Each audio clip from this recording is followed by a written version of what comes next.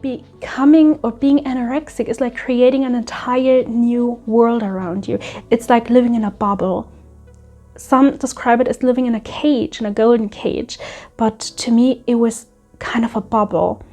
Like there's only food related stuff in there and weight related stuff, and all your problems are outside of this bubble, and you create your own reality, and it is crazy. It's not like only being hungry all the time. It's not like only losing weight and getting thin. It's so much more.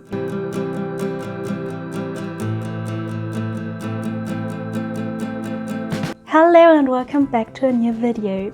My name is Mara and welcome to my channel Mara Cuja.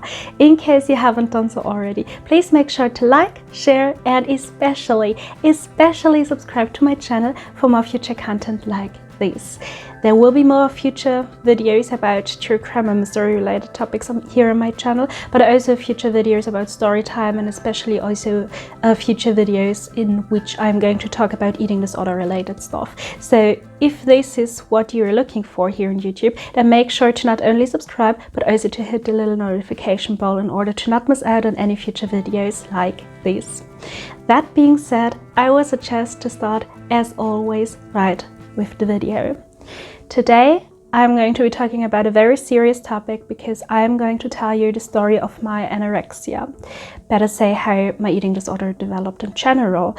And this is something not all of you may feel comfortable hearing because, well, it's about eating disorder, it's about anorexia, and although I will not include any detailed information about my body weight, about my BMI, or about basically my calorie intake or anything like this, I will try to keep it as neutral when it comes to this as possible. I will also not put in any triggering images in here, because what I want to do with this video is raising awareness for eating disorders, and also to let you know that you are not alone in case this is something you yourself or someone you know struggles with. And yeah, still it's a sensitive topic, so I would like to put a trigger warning at the beginning. My experience with anorexia started in 2006, so almost 14 years ago.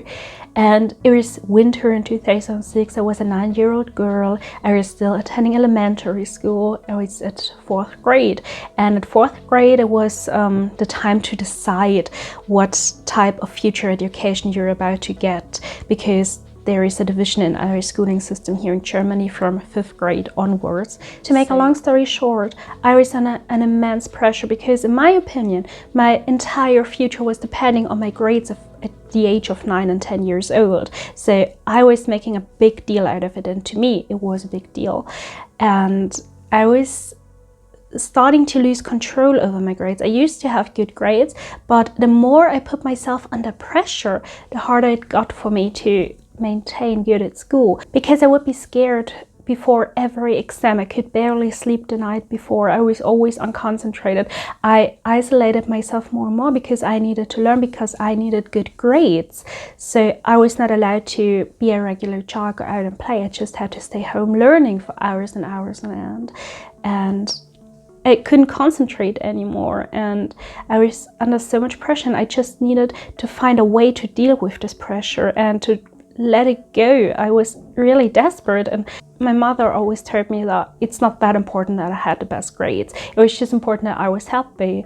But to me it was important. For me it was a big issue. I was not put under pressure from the outside world. It was more that I put myself under pressure. And one day I was reading through a magazine and I saw a picture of Mary Kate Olsen. Read the article. I don't even know why I read it, but it kind of got my attention immediately. I've never had anything to do with anorexia before. There was basically no one in my environment that suffered from an eating disorder, but still I was fascinated by it. And then I stumbled across how much Mary Kate Olsen was allegedly weighing back then. And so I walked in the bathroom and stepped on a scale, and I was shocked to find out that I was heavier than Mary Kate Olsen was, and I was only a child.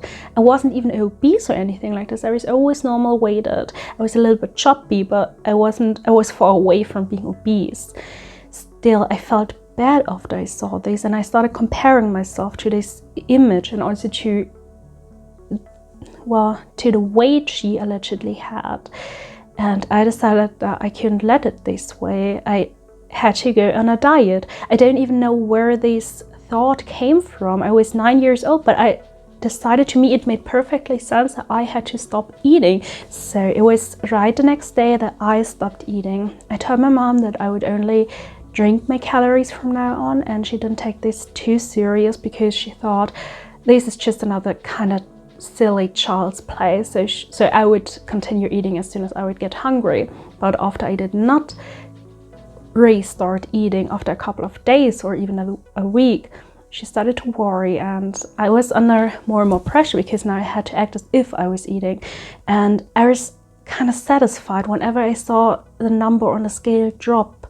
This was something that satisfied me for whatever reason, because I had the impression that I finally managed to get the control back, that I finally was able to control something. I was able to stop the expansion of my body into the space. I was finally able to make myself disappear, because this was what I wanted. I wanted to disappear.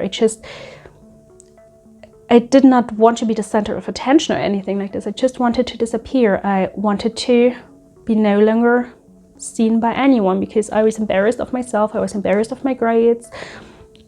And I felt like I was not worth taking in too much space. So the logical consequences would have been, or were to me, or happened to me, that I needed to disappear, to get less. And only if I would manage to get a good grade, I was allowed to basically eat.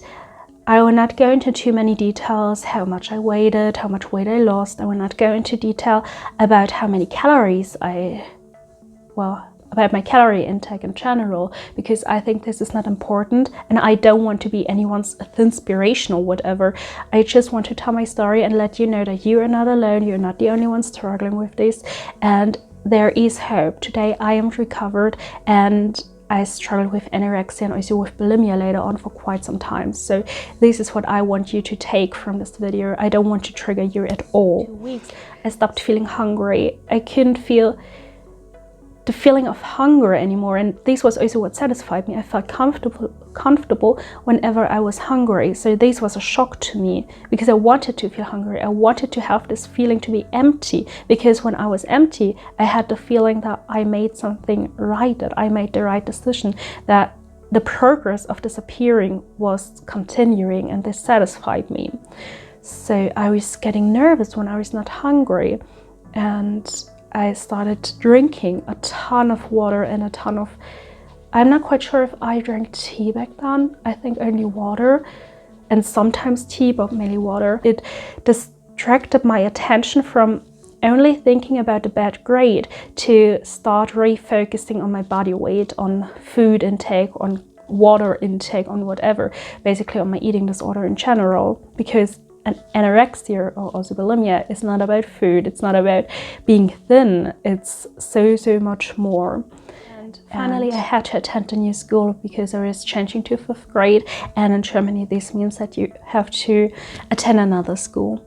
And I was already nervous. I was really thinking about what to wear, because on the one hand side I did not want to look too thin, because I did not want anyone to know that I was suffering from an eating disorder, although I was not aware that I was really suffering from an eating disorder. I thought I had an issue with eating, and I was thinner than I used to be, but I did not take it that serious that I would have said I was anorexic. I also did not want to look chubby, because I was scared that the other children may make fun of me because I was fat, because I was feeling too thin and I was feeling too fat at the same time. But when I looked in the mirror, I just saw me as a normal person. I often did not understand why my clothes did no longer fit me, because I did not feel like I lost weight again. Even if I stepped on the scale and saw that the numbers dropped all the time and that I lost weight again, I did not realize it, because my weight was just a number to me. It was like this was another person standing on the scale, like I was watching from outside. I was not able to combine myself and my body with the weight on the scale. And whenever I saw that my jeans were too large or would become too large again and I needed a smaller size, I was kind of satisfied, because this meant that I would get less, that I would take in less space. But it also meant that I could not understand it, and this confused me, because I saw myself always as normal when I looked in the mirror. I did not see myself as fat, I did not see myself as skinny, I saw myself as completely normal, and I could not really see any changes. So it confused me that there were changes on the scale, that there were changes on my measurements, because I also measured myself all the time, when there were changes in my size. So these distracted me. I did not understand it. So I did no longer know if I was thick or thin. For quite some time, nothing too special happened. I was just getting thinner, I ate less, and I was feeling more and more unsure about myself. My grades also did not get any better. They were like mediocre, and I was trying really hard, but I could not concentrate anymore. I was constantly feeling dizzy, and I was feeling uncomfortable. I was in constant pain. I was having stomach pain. I was feeling like I had to throw up because I was so hungry, but I did not feel hungry anymore. And I barely ate, so it was really hard for me to focus on anything. And I also felt unconscious from time to time. I was also starting to have trouble sitting, because there is nothing left to sit on. There were only bones. I was sitting on my bones, and this was really, really painful, because I had to sit kind of the entire day, because I was a student. So I was expected to sit on a chair, and it was so painful. So I always had to make sure to bring a thick jacket with me in order to sit on it, to make it people started to think of me that I was arrogant, that I wanted to be like a supermodel or anything like this, and that this was the reason why I never ate. I also started missing more and more. I also started to miss out in school, because I was feeling too weak to go to school, because I was feeling dizzy, because I was feeling sick. I was just sick. I was getting sicker and sicker. I was getting weaker and weaker, and it was hard for me to attend school. So I had to stay home for quite some time, and I missed quite a bit. And the other children started to feel like I was getting benefits I did not deserve, because I just had to eat. I just had to eat.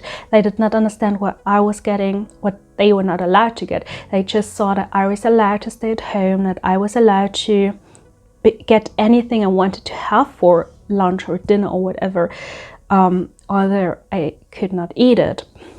And I kind of understand it today, but back then I did not understand it at all, because I was already feeling like disappearing, like wanting to disappear. And now people started to dislike me even more, because I disliked myself and I did not know where to go. When I was 11 years old, things got really out of hands, and I had to, see a doctor. And this doctor was a local doctor's practice, and she told me to step on the scale. And this is also what I did. And she was looking at me shocked, completely shocked, and my mom was shocked as well, and everyone was shocked, and I did not understand why, because in my opinion I did not understand that I could not make a connection between this low body weight and my normal body, because I saw myself still as normal. I could not see any changes in myself. I just felt that I got less. She looked at me in shock, and my mom looked at me in shock, and the next thing that happened was that she told my mom to bring me to the emergency of the local children's hospital.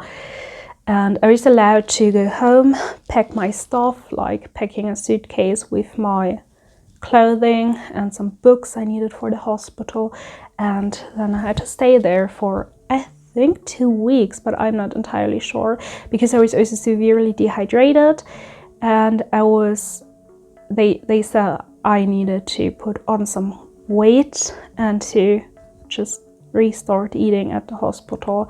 And I continued gaining weight at home, because I then realized that I actually had to eat, because otherwise I would have to go back to the hospital, and probably even for a longer period of time. If I wouldn't be able to gain weight at home, I would have to gain weight at the hospital. So now I had a motivation to gain weight again, and I did not feel more or less confident in my body than I did before, so the problem was still there.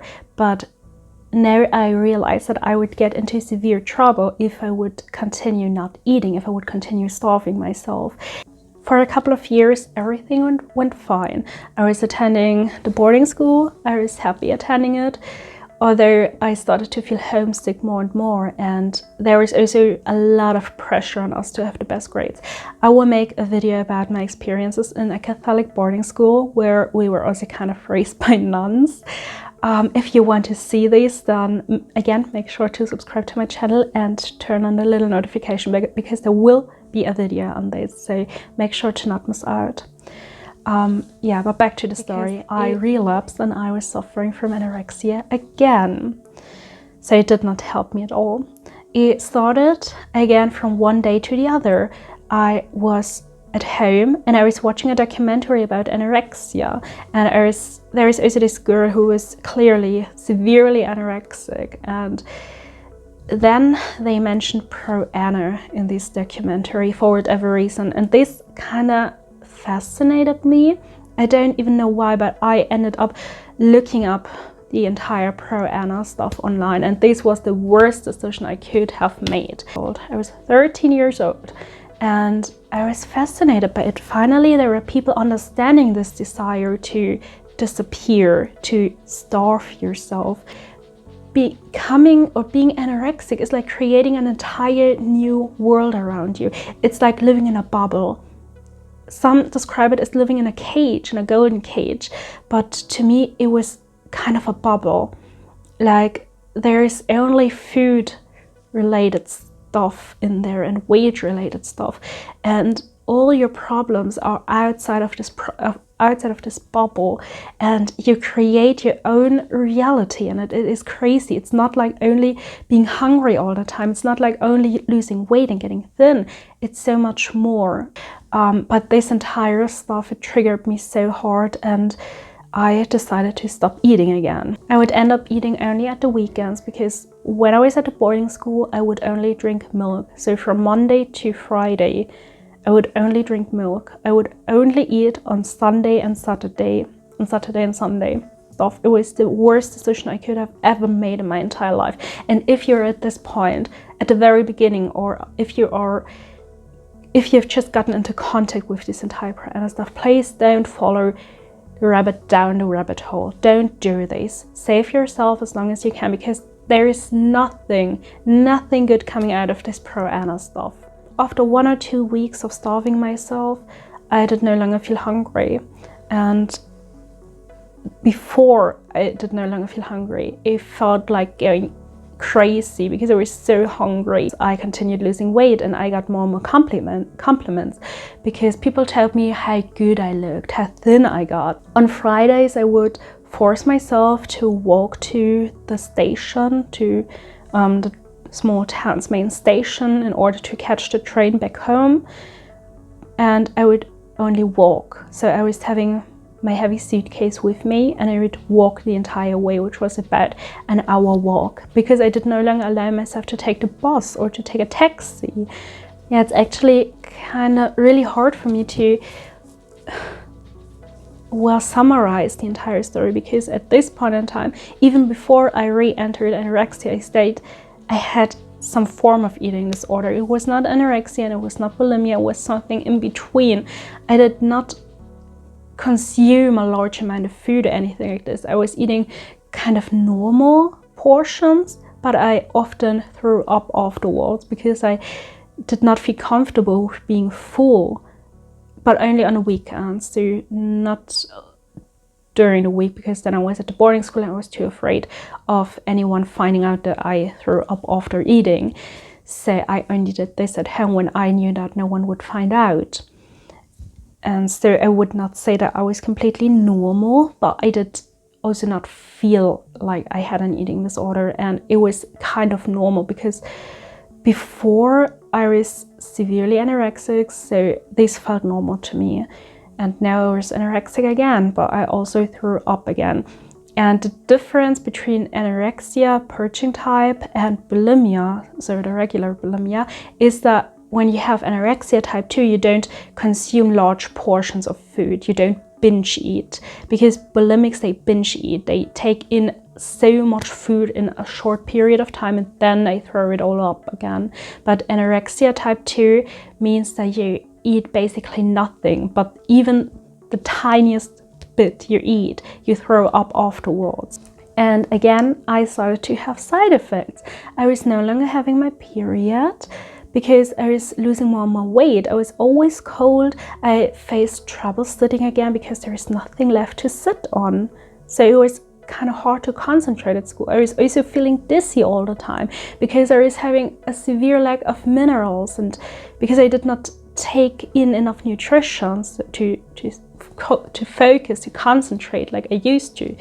And I would also have to stay at home more frequently because I felt dizzy. I was in pain because my body was hungry, but I did no longer realize that I was hungry because it got kind of normal to me to be hungry.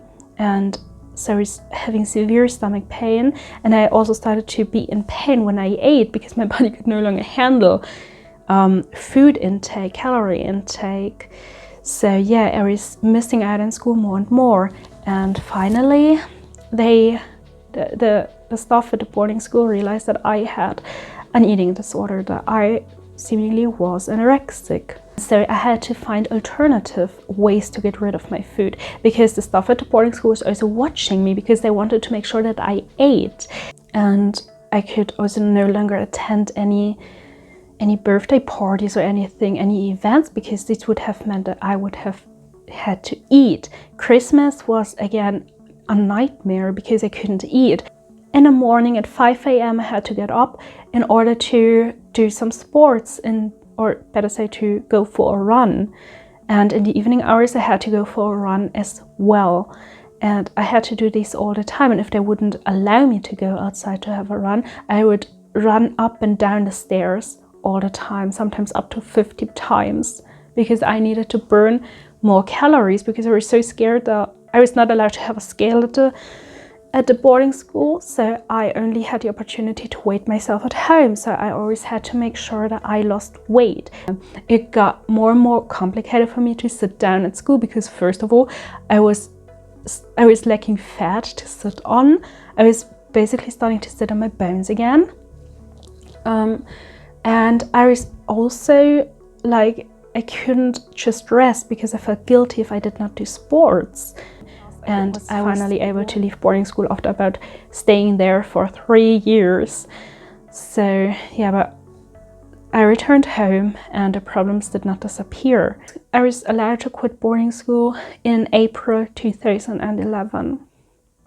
October 2011 was the last month I was able to go to school, because in November 2011 I was too weak to go to school anymore. I couldn't move, I felt dizzy, I fell unconscious a couple of times a day, and I couldn't eat. I was only drinking milk. From November 2011 until end of February 2012, I wasn't allowed to go to school anymore, or better say, I wasn't able to go to school anymore. I wasn't able to meet any friends, and I also kind of did not want to meet any friends, because the friends I used to have at the boarding school, I was scared that they would see me and think of me as being fat and ugly, because again, I did not feel thin. I did not feel that I lost weight, although I lost tons and tons of weight basically.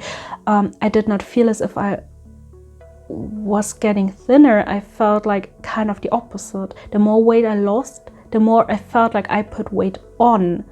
And again, I did not understand why it was possible that my clothes did not fit me anymore. When I looked in the mirror, I saw myself as completely normal. I did not see any change whatsoever. I felt completely unchanged, completely normal. And I knew that I was having a problem with eating because I did barely eat. I threw up after eating. I was doing tons and tons of sport because I was scared of putting on more weight.